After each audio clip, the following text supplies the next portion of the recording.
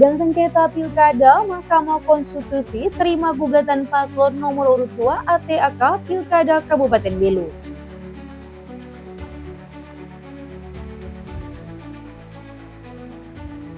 Gas LPG langka, sebagian besar masyarakat Kabupaten Belu masih andalkan minyak tanah.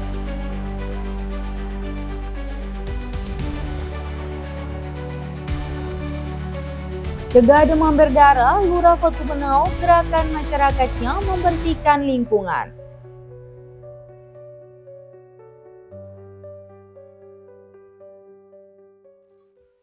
Halo pemirsa, saatnya Anda menyaksikan Baita Belu, program berita teraktual terkait peristiwa dalam sepekan.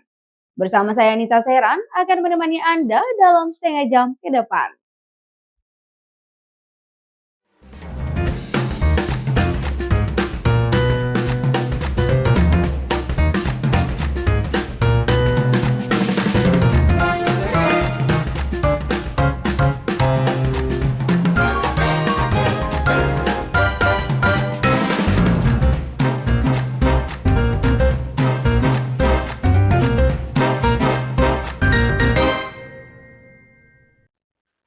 Ratusan personil gabungan Polri dan TNI gelar apel pasukan di lapangan umum Atambua pada Selasa 4 Januari 2025 sore. Langkah ini dilakukan untuk memperkuat pengamanan jelang putusan Mahkamah Konstitusi Republik Indonesia terkait sengketa Pilkada Kabupaten Belu.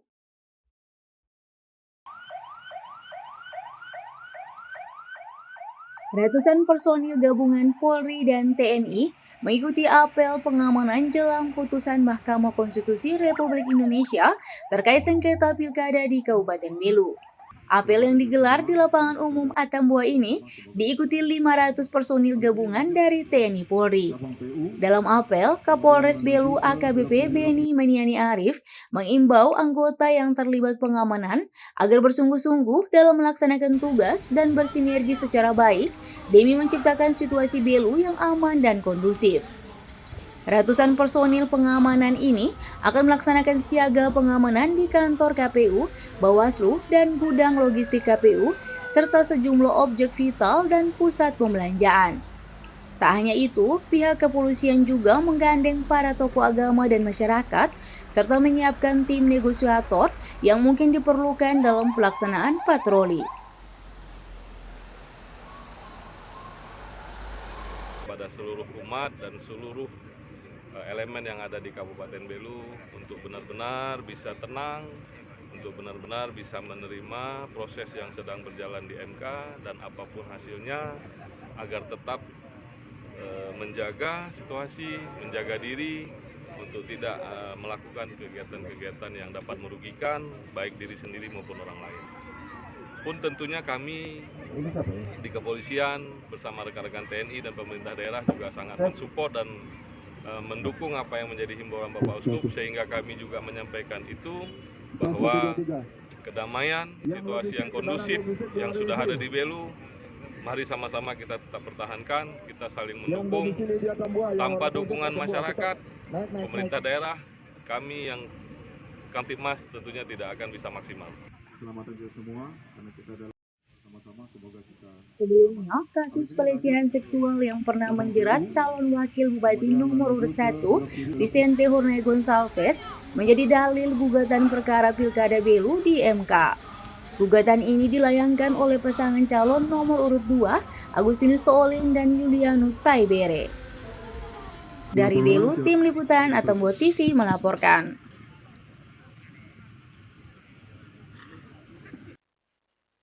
Mahkamah Konstitusi Republik Indonesia menggelar sidang perselisihan hasil pemilihan kepala daerah 2024 untuk Kabupaten Belu, Provinsi Nusa Tenggara Timur. Dalam sidang, Hakim MK menerima gugatan pemohon, yakni pasangan calon nomor urut 2, Tooling Agustinus dan Julianus Taibere. Mahkamah Konstitusi Republik Indonesia menggelar sidang perselisihan hasil pemilihan kepala daerah 2024 untuk Kabupaten Belu Provinsi Nusa Tenggara Timur. Dalam sidang, Hakim MK menerima gugatan pemohon, yakni pasangan calon nomor urut 2, Taulen Agustinus dan Yulianus Taibere. Hal ini diungkapkan oleh Hakim MK Saldi Isra dalam sidang perselisihan hasil pemilihan kepala daerah 2024 pada Rabu 5 Februari 2025. Saldi Isra menambahkan sidang lanjutan akan diagendakan pada 7 Februari hingga 17 Februari 2025. Agenda sidang selanjutnya adalah untuk memeriksa saksi ahli yang diajukan oleh pihak pemohon dan termohon. Dan terakhir yang ketujuh, nomor 100 PHPU Bupati tahun 2025, perselisihan hasil pemilihan umum Bupati Belu tahun 2024. Belu ini di NTT. Nah, bagi perkara-perkara yang lanjut diberitahukan jadwal sidang diagendakan tanggal 7 Februari sampai dengan tanggal 17 Februari. Jadwal fiksnya nanti akan diberitahu oleh kepanitraan. Agenda sidang berikutnya adalah pemeriksaan sidang lanjutan untuk memeriksa saksi atau ahli yang diajukan oleh masing-masing pihak. Jumlah saksi atau ahli karena semuanya ini kabupaten kota, maksimal 4 orang untuk 1 nomor untuk masing-masing pihak.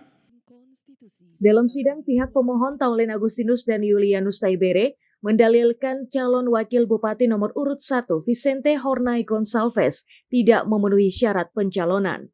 Vicente diduga pernah melakukan tindak pidana kekerasan seksual terhadap anak, seperti yang tercantum dalam putusan Pengadilan Negeri Atambua pada 17 Januari 2024. Paslon nomor urut 2 Taulen Agustinus dan Yulianus Taibere mengajukan permohonan pembatalan keputusan Komisi Pemilihan Umum Kabupaten Belu terkait penetapan hasil pemilihan Bupati dan Wakil Bupati 2024 yang menetapkan paslon nomor urut 1 Willy Broduslay dan Vicente Hornay Gonçalves sebagai Bupati dan Wakil Bupati Belu terpilih 2024. Dari Jakarta, Redaksi Atambua TV.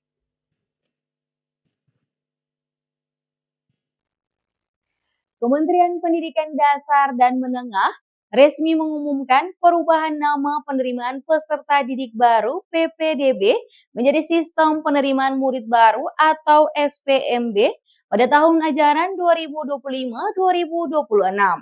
Salah satu perbedaan PPDB dan SPMB yakni presentasi masing-masing jalur penerimaan.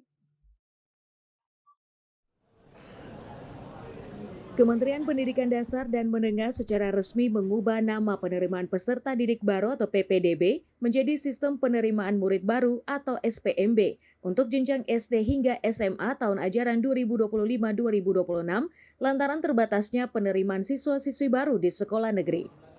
Perubahan nama ini secara resmi diumumkan Menteri Pendidikan Dasar dan Menengah Abdul Mukti di Jakarta Pusat. Pergantian nama ini sejalan dengan visi Kemendikdasmen dalam memberikan pendidikan bermutu dan layanan terbaik untuk seluruh masyarakat. Yang sudah baik kita pertahankan, karena itu untuk SD tidak ada perubahan. Untuk SMP jalurnya tetap sama, perubahannya pada persentase masing-masing jalur. Untuk SMA itu lintas kabupaten kota sehingga penetapannya adalah berdasarkan provinsi.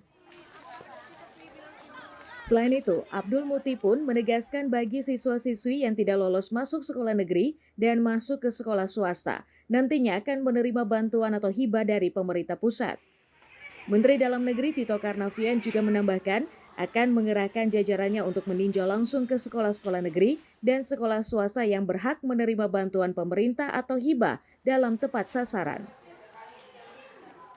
Kami Kemendagri akan melihat daerah-daerah mana saja yang sudah memberikan hibah atau bantuan kepada sekolah swasta. Dan kita juga pasti akan mempertimbangkan kemampuan fiskal mereka. Mukti juga menambahkan ada sejumlah perbedaan antara PPDB dan SPMB. Salah satunya jalur penerimaan murid untuk siswa yang aktif berorganisasi. Aturan ini berlaku untuk jenjang SPMB tingkat sekolah menengah pertama atau SMP dan setingkat sekolah menengah atas atau SMA. Abdul Mukti mengaku Presiden Prabowo telah menyetujui sejumlah aturan baru dalam SPMB. Kementerian akan segera menyusun peraturan menteri terkait penerimaan siswa-siswi tahun 2025. Dari Jakarta, Redaksi Jawa Pos. Dinas Pendidikan Pemuda dan Olahraga Kabupaten Belu akan mengikuti penuh teknis sistem penerimaan murid baru dari pemerintah pusat.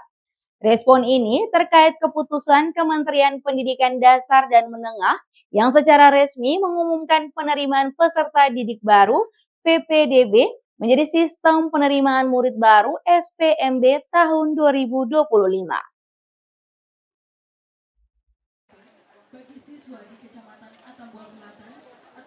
Kementerian Pendidikan Dasar dan Menengah Kemendikdasmen resmi mengumumkan penerimaan peserta didik baru PPDB menjadi sistem penerimaan murid baru SPMB tahun 2025. Kepala Seksi Peserta Didik Dinas Pendidikan Pemuda dan Olahraga Flora Bereleki mengatakan pihaknya mengikuti teknis SPMB dari pemerintah pusat. Tetapi pada data kartu keluarga ya. Kalau memang seperti yang diuraikan oleh Menteri Pendidikan Dasar dan Menengah, ini dalam rancangannya sendiri memang akan ada empat komponen, yaitu meliputi jalur domisili yang tadi menggantikan zonasi tadi, kemudian jalur afirmasi, jalur prestasi, dan jalur mutasi. Tetapi memang untuk sampai hari ini kita belum ada permen yang mengatur secara khusus, jadi kita belum mengeluarkan peraturan bupati yang baru. Yang pertama mungkin secara khusus tadi yang pertama ya, domisili tadi semulanya zonasi, karena dulu kalau zonasi tanpa memperhatikan dengan seksama kartu keluarga banyak potensi kecurangan Kak, jadi ada yang pindah kemudian ganti kartu keluarga seperti itu. Setelah berubah nama, salah satu kebijakan sistem SPMB nantinya tidak lagi menerapkan zona berbasis wilayah administratif, melainkan sistem domisili. Dengan begitu, penerimaan siswa benar-benar mempertimbangkan jarak antara tempat tinggal dan sekolah tujuan, sehingga memberikan kesempatan yang lebih adil bagi calon siswa yang tinggal di sekitar sekolah. Dari Belu, Tim Liputan Atambua TV melaporkan. Langkahnya gas LPG di berbagai daerah tidak terdampak bagi masyarakat kota Atambua karena masih mengandalkan minyak tanah. Informasinya usai jeda.